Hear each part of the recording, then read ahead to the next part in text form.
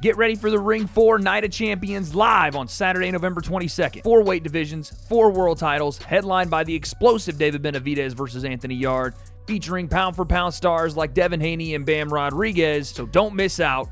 Buy the pay-per-view now on DAZN using the link below and get a free 7-day trial of DAZN. Folks, welcome back to the W.A.D.E Concept presented by the Ring Magazine. Today, I am joined by the WBC light heavyweight champion of the world. He's 30-0. They call him El Monstro. It's none other than David Benavidez. David, how you doing, my man? I'm doing great, man. Thank you for having me on, and it's just it's just a pleasure and a blessing to be here with you guys. Awesome, brother. Listen, this is no doubt about it one of the most fun fights I think of the year coming up November 22nd. You, Anthony Yarde in Riyadh, Night of Champions. You get to headline a card full of champions. Just talk to me really quickly about what that means. It seems like it's now elevation time finally for David Benavidez. Yeah, I'm just really excited, man. This is something since when I fought on the undercard of Tank, Mm, we had made that happen because that was something that I was kind of trying to manifest. I wanted to be that type of fighter that fights with on the card with other great champions. So that was the first step really to making cards like that happen. And after we got that card done, it kind of seemed like everybody started to follow in that direction. There was cards being made of different champions on the same card. So then now, I paid my dues. I had took the co-main event spot with Gervonta Davis, and now this time, it's paying off because now I'm the main event on a card full of champions. You got Devin Haney, you got mm, Abdullah Mason, you got Bam mm. Rodriguez, and it's definitely going to be a treat for the fans, and I'm very excited, man. All these fights, they could be main event on their own. So I'm very excited, not only for myself but for the fans because it's going to be an amazing night of boxing. I agree with you, man. And I also agree with you that, once you had that fight versus Vucic, and I didn't know if people would really understand how much that win would catapult you because you're fighting a guy whose only loss at that point was to Artur Beterbiev. And he was a tough out for Artur Beterbiev. It wasn't an easy fight. And you made that fight look a little easier than I thought it was going to be. And I was there that week in Vegas, and I remember talking to you in Vegas. I didn't know how big you were. I was like, oh, man, this guy is really going to step up at the 175 and make some noise, which you already had been before. And that moment, and then the Morrell fight, and now it just feels like each fight, your name is getting bigger and bigger. To you, is that how it feels? And how are you handling all of that? Yeah, definitely. Every fight gets bigger and bigger. With that fight, when I fought, I don't know if we didn't really speak on it because I was that fight when I fought Bosick, I had gone through a lot of injuries. In my opinion, I Mm, should have stopped him, but I had torn my ligament on this hand, I had an injured left hand, I had got a cut in my eye 3 weeks before the fight. So yeah. it was a tough fight, not because of the fighter, but because everything I had gone through. This is the type of stuff you have to go through as a boxer. Sometimes you're gonna have to be dealing with injuries, fighting, with cuts and this and that. So that not only did that fight taught me a lot about myself, it showed me that I have the heart of the champion, and no matter what obstacle gets put in front of me, I will prevail. But it was a great performance. It was a great card. And then after that fight, we fought David Morrell. So every fight keeps getting bigger and bigger. But this is what we worked for. You know what I mean? I knew my time was going to come sooner or later. I'm professional now, 13 years. I've been boxing 25 years. So Crazy.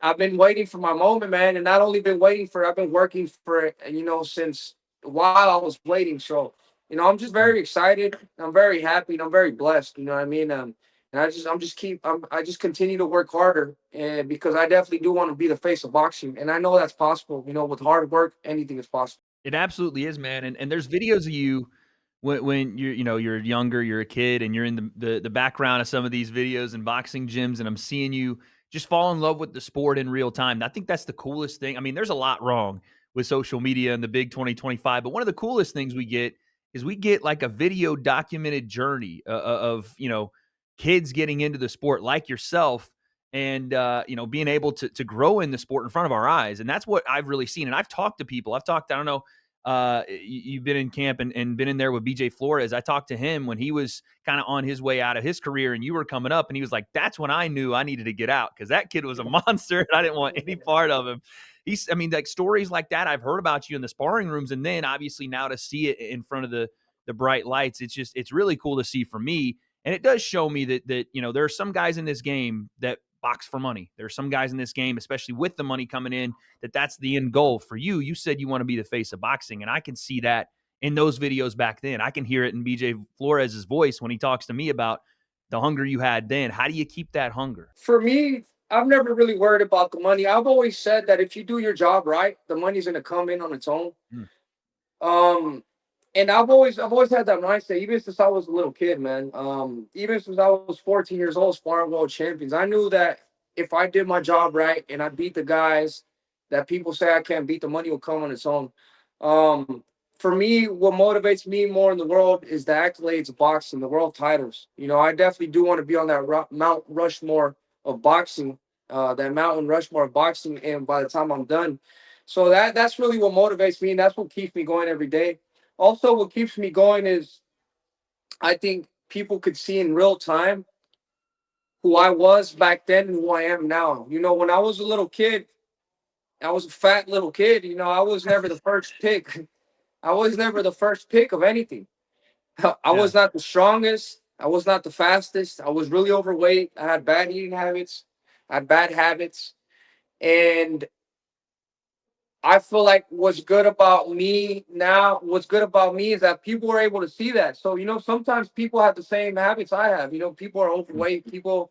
They're not the strongest, they're not the fastest. But what I have in myself is I never gave up on myself. I had a dream and I was not going to stop and I was not going to quit until I see my dream manifest. And I think just by having the story that I have, I can motivate a lot of people. I can motivate a lot of kids. I can motivate a lot of young men that maybe sometimes they don't believe in themselves. Sometimes they might think their dream is far fetched. But what you can guarantee yourself is how hard you work.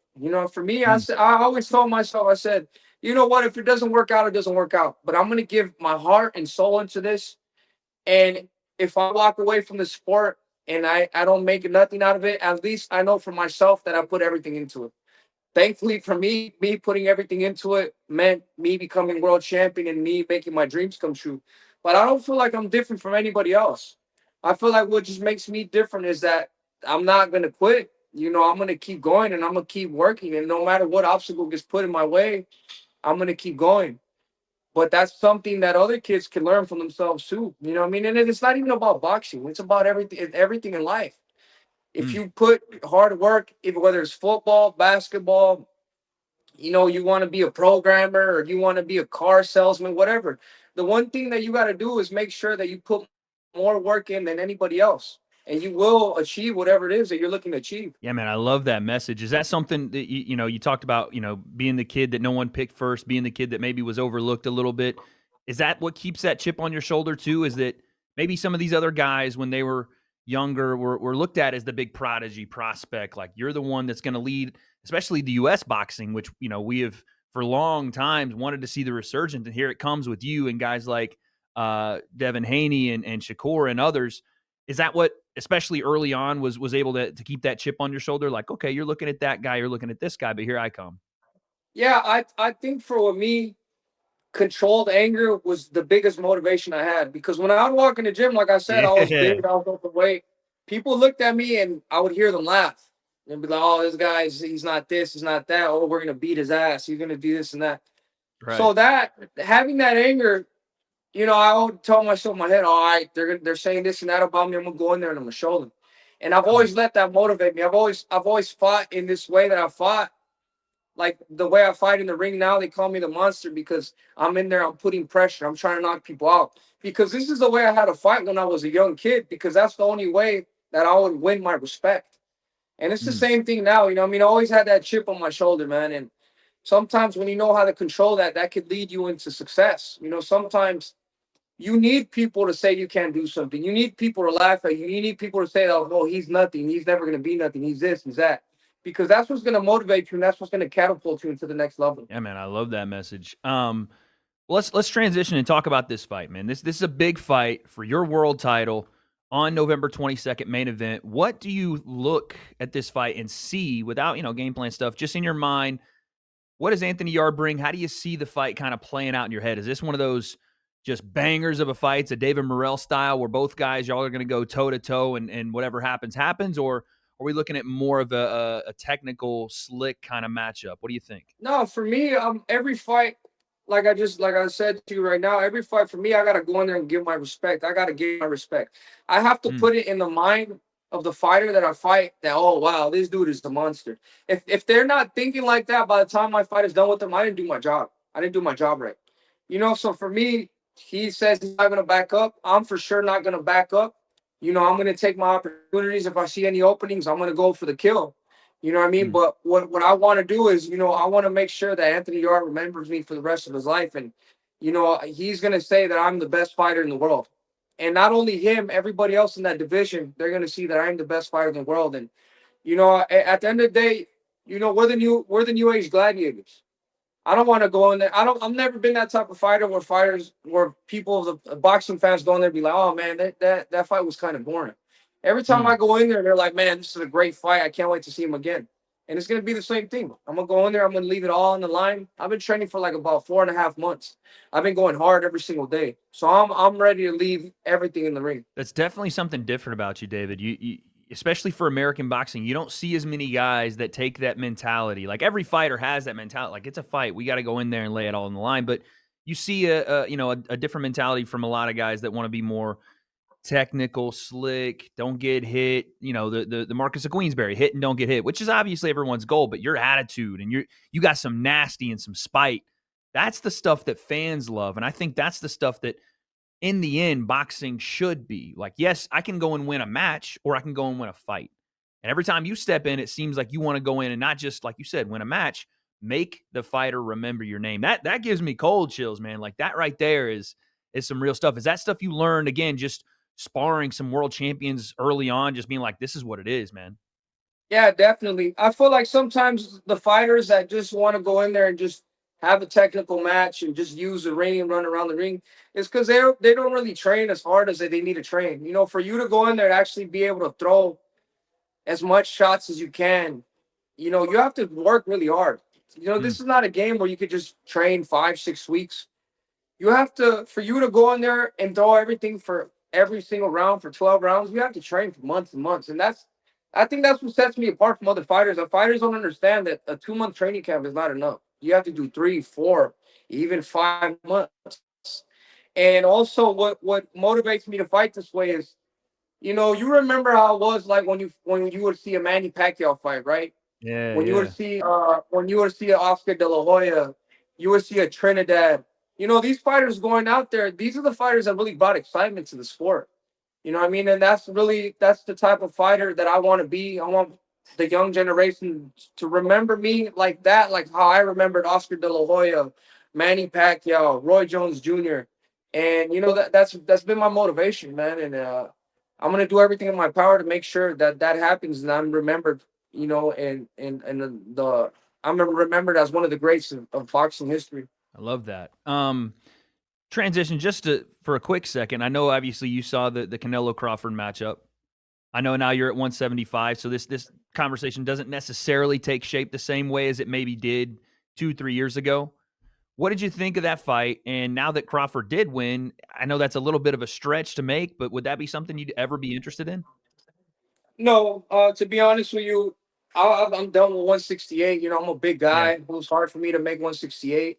I was at Dude, you're too 168. like I don't know how you are at a camp, but I'm 205. I stood next to you and I'm like, he might be bigger than me. So Yeah. I understand it. I get it. So, but I was at super middleweight for 11 years.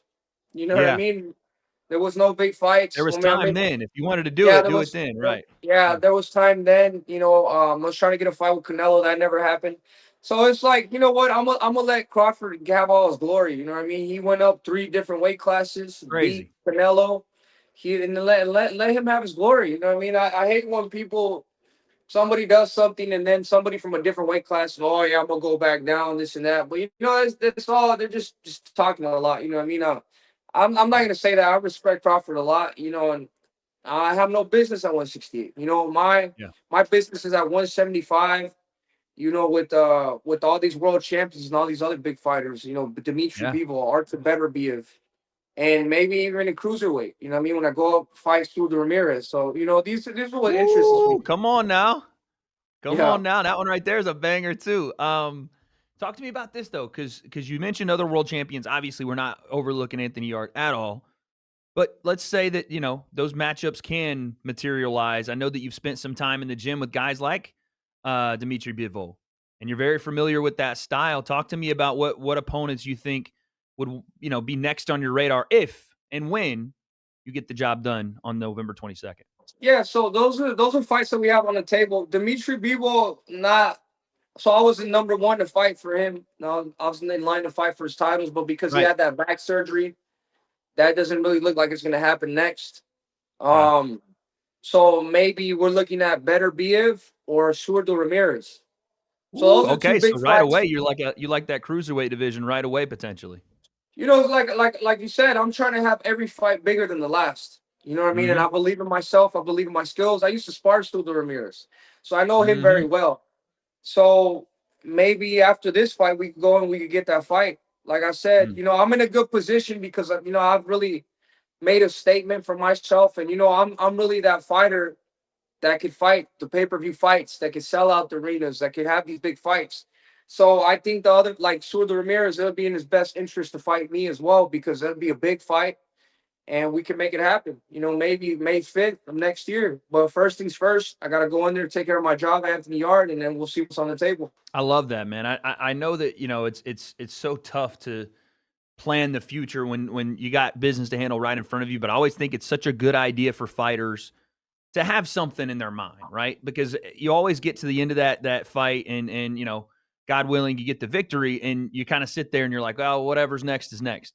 Sometimes, if you're able to create that next thing for fans to latch onto, which you have, it gives them a reason to be excited for that next thing instead of, we'll see David whenever he decides to come back. You have that plan involved. I love that. But we'll get back to your main event, but I want to ask you one question really quickly. You talked about being on Mount Rushmore, and I keep hearing you talk about greatness. And I wanted to ask you this earlier, and I kind of forgot. Who is on David Benavidez's Mount Rushmore? I know you talked about Manny, you talked about Trinidad, you talked about some of these other fighters. Who are the guys that you looked at and said those are the best boxers I've ever seen? So I'm gonna go from the old school boxers first. I Got you. like Roberto Duran. I like Come on, Mike hands of stone, Tyson. baby. Mike Tyson. I like Alexis Arguello, What a and pull. then Roy Jones Jr., Yep. Evander Holyfield, Marco Antonio Barrera, Eric Morales, Juan Manuel Marquez, Manny Ah, Pacquiao, Manny Pacquiao. So now this is a new age fighters. I forgot Floyd Mayweather. I gotta throw Floyd Mayweather in there. gotta have Floyd in there. Got to. Gotta have Floyd. And now I like Usyk. Usyk is a great Yep. fighter. He has tremendous heart, and I feel like he's really the epitome of what a boxer is. Not only just strength and power, but heart.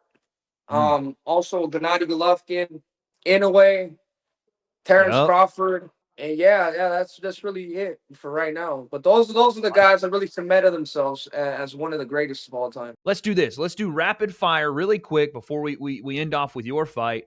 I know you got some friends on this card, so feel free to just tell me, you know what, I'm not picking that fight. But we got 4 championship fights on this card. And I wanted to ask you, who are you going with? Who are you leaning toward? Let's start with Bam Bam Rodriguez and Fernando Martinez. What do you think? Bam Bam Rodriguez. Knockout? Yeah, I think knockout. Yeah. Late Okay. stoppage. Late stoppage. Okay. Abdullah Mason, Sam Noakes. Abdullah Mason, I think mid fight stoppage. Okay. And that would be a big one too. Obviously, world title implication there. And then Sam Noakes a hard hitter too. Not the resume that Abdullah has, but still a hard hitter. Devin Haney, Brian Norman Jr. I think Devin Haney wins that fight. Um, I I'm leaning more towards a decision, but I Decision. wouldn't surprise if there's a knockout. There's a lot of animosity towards these fighters, so Yeah. sometimes that's what we need to get the knockout out. You know what I mean? So Bro, it's the gonna be a thing, good fight. they met up at the press conference and the head wedgie and the whole thing. I was like, what is going on here, bro? Yeah. But there is. And So even the dads now, Bill and Brian Sr. are getting involved, and it's crazy. So I love it. Brian Norman has to get that back if he's really about it. But I think Devin Haney just has too much experience. So I see Yeah. Devin Haney winning that fight decision. Okay, so let's now go to your fight, and I love doing this at the end of interviews. It's the main event time. The whole card has delivered. It's your time to deliver. You're in Riyadh. They play your music. You walk out in the ring. Bell rings. Round one. How does it go? David Benavidez versus Anthony Yard. I'm gonna be going there. It's my job to be cautious in the ring because anything can happen. Especially in the first rounds. So I'm gonna go in there. I'm gonna download some information. But if I see any openings, I'm definitely gonna take. I'm gonna take the chance. You know what I Mm. mean? I do want to make a big statement in this fight. I'm not gonna guarantee no knockouts or no stoppages, but I'm definitely gonna follow my game plan, and I'm gonna be looking to put as much punishment on Anthony Yard, as much punishment as I possibly can. But I'm feeling good. Combinations are coming out good. My power is looking good, so I'm definitely looking to have a great performance. I love it, man. Last thing, David, anything you want to say to your fans, people at home that are going to be watching this on November 22nd? Yeah. Also, I want to thank everybody for the love and support, and also I wanted to talk about something that I basically recently, fairly like 2 years ago, I really got into. I really I found my Lord and Savior Jesus Christ, and I've been praying a lot. You know what I mean? Every single day. I feel like now some people, when you have some blessings, you don't have to wait for something bad to happen so you can look for Jesus Christ, or you don't have to look for something, to ask for Jesus Christ to help you.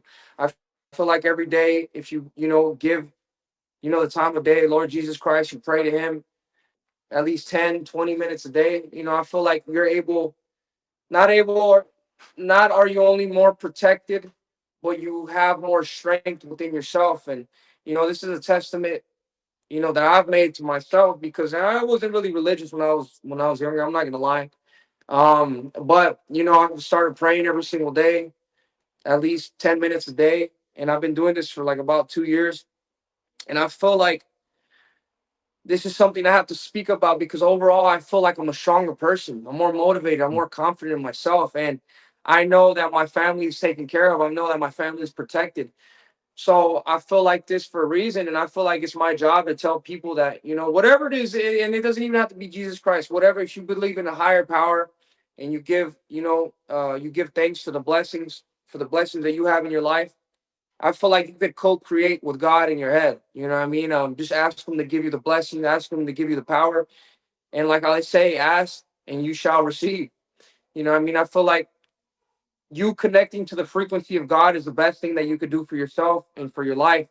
And it also opens up more opportunities for yourself. So I just something that I've felt myself, and I feel like there's something I have to share to my people, my fans, and the people that follow me. It definitely does work. It's not something that is gonna work right away, or this is something that you really have to be, that you have to do every single day. You know what I mean? But what is it? What is 5 minutes of your day? You Mm. know what I mean? When you wake up, give the thanks to God, ask Him to bless your passage, ask Him to bless your family with protection and love, and He will give it to you. I love that, man. That's such an important message, especially in today's day and age, man, where everything else is money this, views that, clout this, and there's one central thing there that people are missing, and I appreciate that. David Benavidez, ladies and gentlemen, he is the main event of the Night of Champions, Ring 4, November 22nd. His WBC Light Heavyweight Championship is on the line versus Anthony Yard. David, thank you so much. We cannot wait to watch you fight. Thank you, brother.